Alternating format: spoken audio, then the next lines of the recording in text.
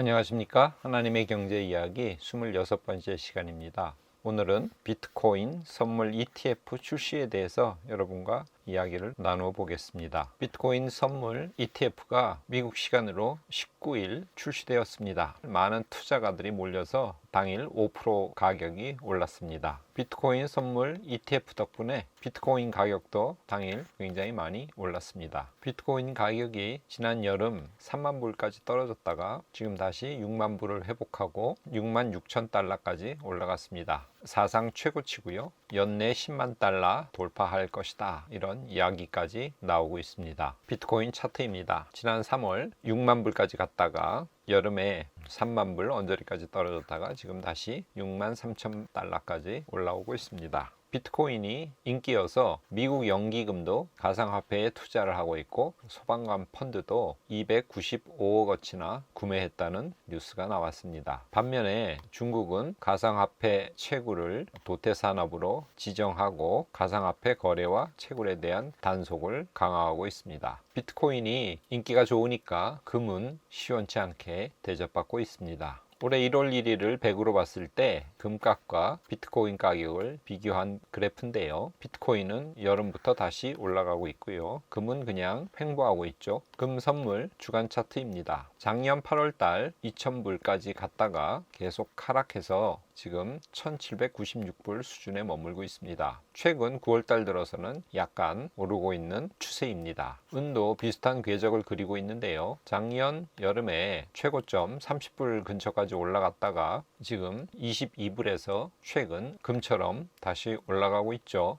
은은 금과 달리 올 2월 달에도 30불을 넘으려고 시도했고 초여름에도 30불 근처까지 갔습니다. 은은 금보다는 상당히 강한 추세를 보이고 있습니다. 가계 부채 대책 지난주에 발표한다고 했는데 아직 발표를 하지 않았습니다. 이번 주 26일경 발표를 한다고 합니다. 어떤 대책이 나오는지 주의 깊게 살펴봐야 될 것입니다. 서울 집값 오른다는 쪽에 베팅한 사람이 6개월 만에 감소했다는 기사입니다. 그러면 집값 하락 신호인가? 이렇게 물음표를 찍고 있습니다. 서울 아파트 주간 매매 가격 상승률 추이인데요. 8월 하순부터 상승률이 떨어지고 있죠. 집값이 떨어지나 변곡점 기류에서 시장이 불안해하고 있습니다. 위드 코로나 첫 단계로 간다고 하는 소식이 들립니다. 지난주부터는 코로나 예방주사 맞은 사람을 포함해서 8명까지 같이 식사를 할 수 있도록 허용을 했습니다. 대한항공 다음 달 3일부터 19개월간 막혔던 인천 호놀룰루 노선이 다시 열립니다.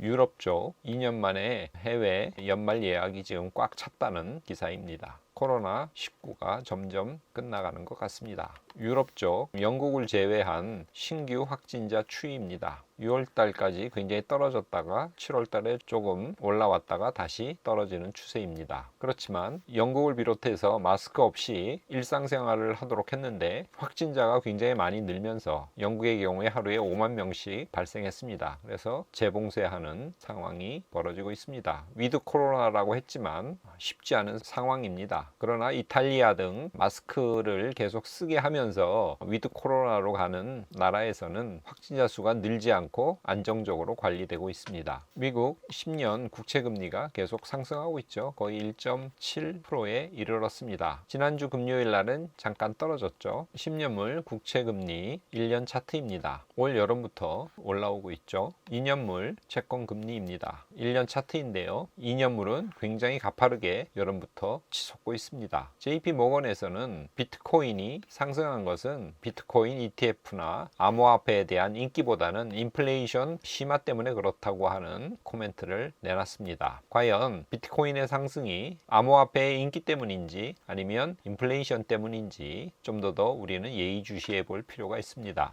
인플레이션 그러면 대표적으로 원유 가격을 계속 살펴봐야 되는데요. 지난주 상승에 이어서 원유 가격은 계속 오르고 있습니다. 원유 가격뿐만 아니라 많은 원자재들이 오르고 있죠. 지금 이것은 코퍼 동 가격입니다. Y2Day 올 초부터 지금까지의 변화입니다. 25.49%가 올랐습니다. 이것은 납 가격인데요. 연초 대비 35.88%가 올랐습니다. 알루미늄 가격은 연초 대비 45.43%나 올랐고요. 철광석은 상당히 많이 떨어졌습니다. 25.3% 떨어졌는데 3년 그래프를 보면요. 이것도 17.78%나 올랐습니다. 철광석은 올 여름부터 급격히 떨어졌기 때문에 상대적으로 다른 광물에 비해서 상승률이 마이너스를 기록했습니다. 돼지고기 가격이요. 연초 대비 4.34%가 올랐고요. 이 정도면 양반이죠. 설탕 가격 23.18% 올랐고요. 우리가 잘 마시는 커피 가격 무려 55.83%나 올랐습니다. 이렇게 월급하고 아이들 성적 빼놓고는 다 올랐다고 하는 농담이 이 그래프를 보면 저절로 수긍이 가는 상황입니다. 자, 이렇게 거의 모든 것이 오르고 있는데 이 인플레이션이 일시적일지 아니면 구조적인 건지 우리는 계속 주의 깊게 관찰을 해볼 필요가 있습니다. 우리 한국 원화 한 달짜리 차트인데요. 10월 12일 날 거의 달러당 1200원까지 올라갔다가 이제 좀 떨어졌죠. 우리 한국 코스피 주가 차트입니다. 주간 차트인데 수요일 날 3043포인트까지 올랐다가 다시 떨어져서 지금 3000포인트 간당간당 위에 서 있습니다. 코스피 차트 올 연초 대비 지금까지의 등락률 그래프입니다. 2.1%밖에 오르지 않았죠. 처음부터 시작해서 거의 횡보했다고 볼 수 있습니다. 거기에 비해서 S&P 500 미국 대표 지수 차트는 연초 대비해서 22.81%나 올랐죠. 9월 3일 날 최고점이었는데 4,535포인트에서 지난주 금요일 날 그것을 뛰어넘었습니다. S&P 500 지수 81년 10월부터 보면요. 지금까지 4,426%가 올랐습니다. 그러니까 44배가 오른 거죠. 계속 고공행진 중입니다. 하나님의 경제 이야기 비트코인 선물 ETF 출시 정리를 해보겠습니다. 비트코인 선물 ETF가 나왔고요. 그 덕분에 비트코인 등 암호화폐가 신고가 경신의 기록을 이어가고 있습니다. 그리고 연기금이나 소방관 펀드 등 암호화폐에 투자를 하고 있는데 과연 새 시대가 열린 건지 아니면 암호화폐가 그렇게 오르는 것은 JP 모건의 지적대로 인플레이션 때문에 그런 건지 좀 더 우리는 지켜볼 필요가 있습니다. 지금 공급망 병목 현상 그리고 생산 부족 때문에 전 세계가 몸살을 앓고 있죠. 자동차가 제대로 만들어지지 않고 있고 스마트폰이 제대로 생산되지 않고 있습니다. 그래서 어떤 사람은 이것을 구경제의 반격이라고 명명하는 사람도 있습니다. 지금까지 특별히 코로나19 유행 시절에 제대로 이 구경제에 대해서 투자하지 않고 관심을 갖지 않았기 때문에 지금 이런 일들이 일어나고 있다고 설명을 하고 있습니다. 현재 많은 유동성이 풀렸고 그래서 제가 미리 색을 칠해놨는데 인플레이션이 일어나는 건지 아니면 조금 이따 말씀드릴 텐데 디플레이션으로 가고 있는지 주의 깊게 살펴봐야 됩니다. 이 디플레이션의 논리는요. 곧 공급망 이슈가 해결되고 생산 부족 문제도 해결되면 지금까지 특별히 코로나19로 인해서 생산 자동화가 급진전되고 그러면 비록 임금이 좀 올랐지만 그 임금 상승을 상쇄할 수 있고요. 그래서 기업들은 더 저렴한 상품을 계속 만들어낼 수 있다는 거죠. 그래서 2000년 이후로 물가가 오르지 않았죠. 그리고 각국이 디플레이와 싸우느라고 굉장히 힘들었습니다. 이렇게 2000년부터 일어났던 현상이 계속 일어날 것이다. 디플레이션이 기술 혁신에 의해서 생산 가격이 낮아지는 그런 디플레이션 현상이 계속 일어날 것이다 라는 주장도 계속 만만치 않게 제기되고 있죠. 이런 주장을 하는 가장 대표적인 사람이 돈나무 언니 캐시 우드죠. 과연 공급망 병목 현상과 생산 부족과 그리고 많은 유동성으로 인해서 인플레이션이 지속적으로 일어날지 아니면 자동화와 혁신 기업에 의해서 저렴한 상품이 계속 생산되면서 디플레이션 현상이 일어날지 잘 살펴봐야 될 것입니다. 인플레이션이냐 디플레이션이냐를 결정하는 가장 중요한 요소들이 금리, 물가, 그리고 제가 조금 전에 보여드렸던 많은 원자재 가격들입니다. 이것이 바로메타가 될 것입니다. 미국은 현재 공급망 병목 현상에 시달리고 있죠. 그런데 병목 현상이 해결되면 중간재나 상품을 기업이나 또 생산 공장이나 가게에 제대로 공급해 줄 수 있겠죠. 그리고 이미 코로나19로 인해서 국가로부터 보조를 받고 집에 있을 수밖에 없기 때문에 소비재는 충분히 구입한 상태죠. 그리고 많은 기업들이 인력을 감축시켰기 때문에 지금 미국의 노동 참여 인구가 감소한 상태죠. 그래서 이러한 병목 현상이 해결된다고 하더라도 수요는 그렇게 늘지 않을 것이다 라고 하는 전망도 있습니다. 그리고 미국은 전체 70%가 서비스업 중심이지 않습니까? 소비재는 이미 코로나19 때 많이 샀기 때문에 서비스업 중심으로 경기가 개선될 거고요. 그러면 이머징 마켓, 그러니까 중간재나 상품을 만들어 파는 국가는 미국의 경기가 정상화되고 번영을 이루어갈 때 그렇게 큰 이득을 보지 못할 거라는 전망이 있는데, 이 전망이 굉장히 설득력 있게 저한테는 들립니다.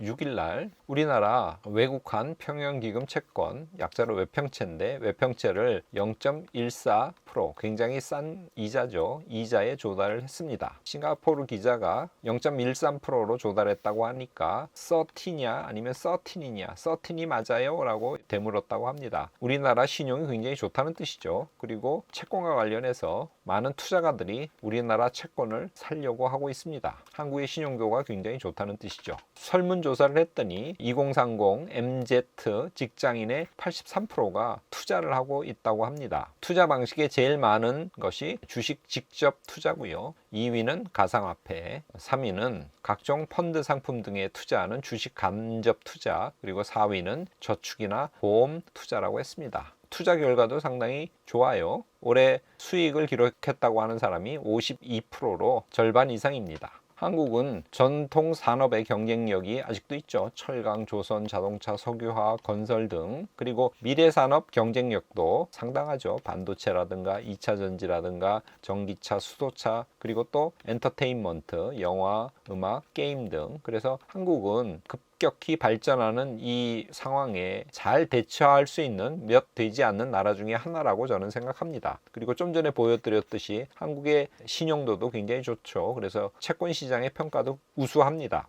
MZ세대 83%가 지금 투자를 하고 있죠. 투자는 오늘날 필수적입니다. 그런데 적절한 방법, 그리고 일상생활에 큰 부담이 없는 방법을 통해서 투자를 해야겠죠. 매일 핸드폰만 들여다보는 데이 트레이딩은 정상적인 생활을 할 수 없도록 만듭니다. 그리고 현재 유동성 과잉의 시대이기 때문에 레버리지 사용을 조심해야 됩니다. MZ세대, 젊은 세대는 시간이 많기 때문에 시간을 활용하는 방식, 즉 복리를 이용해서 계속 자산을 불려나가는 그런 방법을 택해야 됩니다. 제가 하나님의 경제 이야기 네 번째 시간, 올해 5월 17일 날 워렌 버핏이 S&P 지수 ETF 90%와 채권 10%를 사서 투자를 하는 방식을 소개해 드렸습니다. 이것 다시 한번 참고해 보시고요. 기회가 있을 때 유명한 투자가 레이 달리오의 얼웨더 4계절 포트폴리오 방법을 한번 소개해 드리겠습니다. 하나님의 경제 이야기 오늘 마치면서 제가 고른 본문은 잠언 30편 8절에서 9절 말씀입니다. 읽어보겠습니다. 헛된 것과 거짓말을 내게서 멀리 하옵시며 나를 가난하게도 마옵시고 부하게도 마옵시고 오직 필요한 양식으로 나를 먹이소서. 혹 내가 배불러서 하나님을 모른다. 여호와가 누구냐 할까 하오며 혹 내가 가난하여 도둑질하고 내 하나님의 이름을 욕되게 할까 두려워함이니이다.